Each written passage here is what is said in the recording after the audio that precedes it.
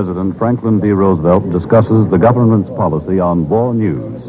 Speaking to the Herald-Tribune Forum and the nation by radio, President Roosevelt outlines the government's policy on war news and reviews some of the highlights in the last 2 weeks of fighting. Mr. Roosevelt will be presented by Mrs. Ogden Reed, chairman of the forum. Before the forum was undertaken this year, the chief executive of the nation was consulted about the kind of program that might prove useful. Obviously, current war problems could not be discussed, but we believed it important just now, not only as a means of heartening the war effort, but in preparation for the difficult task of reconstruction ahead, to clarify to some extent our ideas for the kind of world for which we are fighting. In closing the forum of 1942, I feel sure you will all wish to join with me in saluting our Commander-in-Chief, who has so brilliantly effected the start of a second front in North Africa. I have the great honor of presenting to you the President of the United States. Ladies and gentlemen, I have always welcomed the opportunity to participate in the Herald-Tribune Forum because I have always been interested in the public presentation of all kinds of national problems. In time of peace, every variety of problem and issue is an interesting subject for public discussion. But in time of war, the American people know that the one all-important job before them is fighting and working to win. Therefore, of necessity, while long-range social and economic problems are by no means forgotten, they are a little like books which for the moment we have laid aside in order that we might get out the old atlas to learn the geography of the battle areas. In time of war, your government cannot always give spot news to the people. Nearly everybody understands that, and the reason for it. This means that those relatively few people who do have the facts from all over the world, not only every day, but every hour of every day, are somewhat precluded from discussing these facts publicly, except in the most general of terms. If they did, they would almost inevitably say things that would help the people who are trying to destroy us. In reverse, those who are not in possession of all the news must almost inevitably speak from guesswork based on information of doubtless accuracy. Though they do not know the facts, and therefore the value of their statement becomes greatly reduced. Nor must we, in the actual progress of the war, lend ears to the clamor of politics or to criticism from those who, as we know in our hearts, are actuated by political motives. The fact that this type of criticism has done less harm in the United States than might be expected has been due to the good old horse sense of the American people. I know from a somewhat long experience in wartime as well as peacetime that the overwhelming majority of our people know how to discriminate in their reading and in their radio listening between informed discussion and verbal thrusts in the dark. I think you'll realize that I have made a constant effort as Commander-in-Chief to keep politics out of the fighting of this war. But I must confess that my foot slipped once. About 10 days before the late election day, one of our aircraft carriers was torpedoed in the Southwest Pacific. She did not sink at once, but it became clear that she could not make port. She was therefore destroyed by our own forces. We in Washington did not know whether the enemy was aware of her sinking, for there were no Japanese ships near enough to see her go down.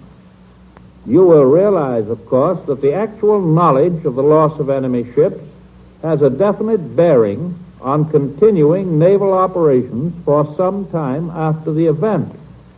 We, for instance, know that we have sunk a number of Japanese aircraft carriers, and we know that we have bombed or torpedoed others. We would give a king's ransom to know whether the latter was sunk or was saved, repaired, and put back into commission. However, when we got news of the sinking of this particular ship, a great issue was being raised in the Congress and in the public vehicles of information as to the suppression of news from the fighting fronts. There was a division of opinion among responsible authorities. Here came my mistake. I yielded to the clamor.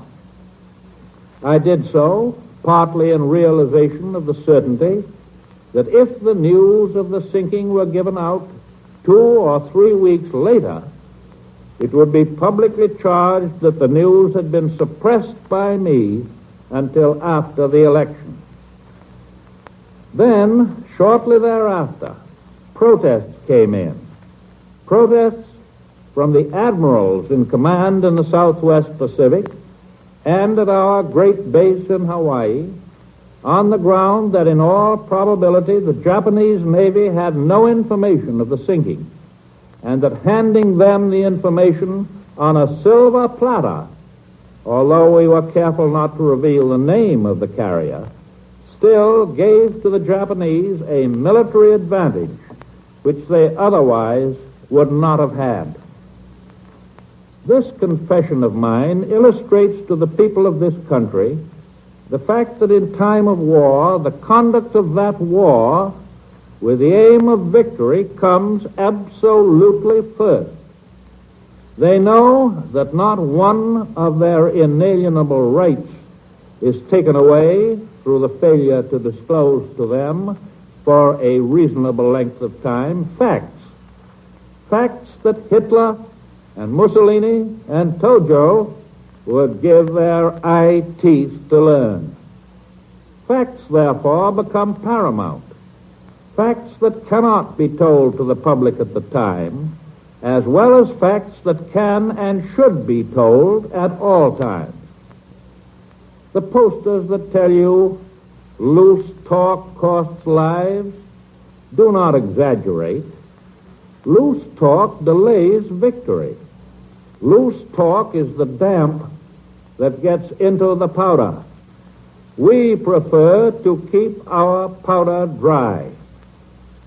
We have a gigantic job to do, all of us, together. Our battle lines today stretch from Kiska to Murmansk, from Tunisia to Guadalcanal. These lines will grow longer as our forces advance. Yes, we have an uphill fight, and it will continue to be uphill all the way. There can be no coasting to victory. During the past 2 weeks, we have had a great deal of good news, and it would seem that the turning point of this war has at last been reached. But this is no time for exultation. There is no time now for anything but fighting and working to win. A few days ago, as our army advanced through North Africa, on the other side of the world, our Navy was fighting what was one of the greatest battles of our history. A very powerful Japanese force was moving at night toward our positions in the Solomon Islands. The spearhead of the force that we sent to intercept the enemy was under the command of Rear Admiral Daniel J. Callahan. He was aboard the leading ship, the cruiser San Francisco. The San Francisco sailed right into the enemy fleet, right through the whole enemy fleet, her guns blazing. She engaged and hit 3 enemy vessels, sinking one of them. At point-blank range, she engaged an enemy battleship, heavily her superior, in size and firepower. She silenced this battleship's big guns and so disabled her that she could be sunk by torpedoes from our destroyers and aircraft. The San Francisco herself was hit many times. Admiral Callahan, my close personal friend, and many of his gallant officers and men gave their lives in this battle, but the San Francisco was brought safely back to port by a lieutenant commander, and she will fight again for her country. The commander of the task force of which the San Francisco was a part has recommended that she be the first of our Navy's vessels to be decorated for outstanding service. But there are no citations, no medals, which carry with them such high honor as that accorded to fighting men by the respect of their comrades in arms. The commanding general of the Marines in Guadalcanal, General Vandergrift, yesterday sent a message to the commander of the fleet, Admiral Halsey, saying, "We lift our battered helmets in admiration for those who fought magnificently against overwhelming odds and drove the enemy back to crushing defeat." Let us thank God for such men as these. May our nation continue to be worthy of them throughout this war and forever. Ladies and gentlemen, the national anthem.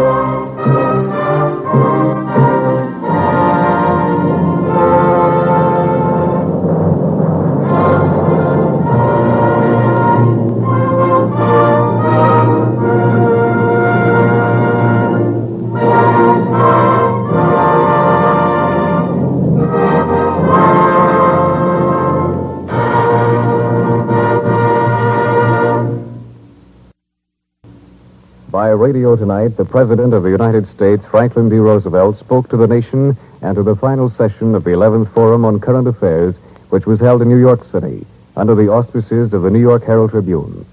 The President discussed the government's policy on war news and reviewed some of the highlights in the last 2 weeks of fighting.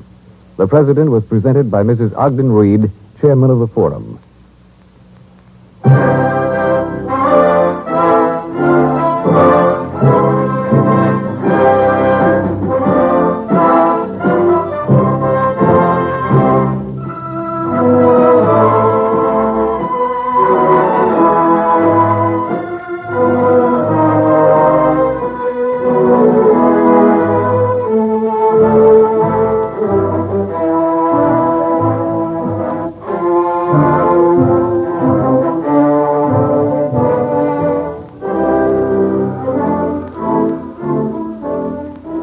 This is the Columbia Broadcasting System.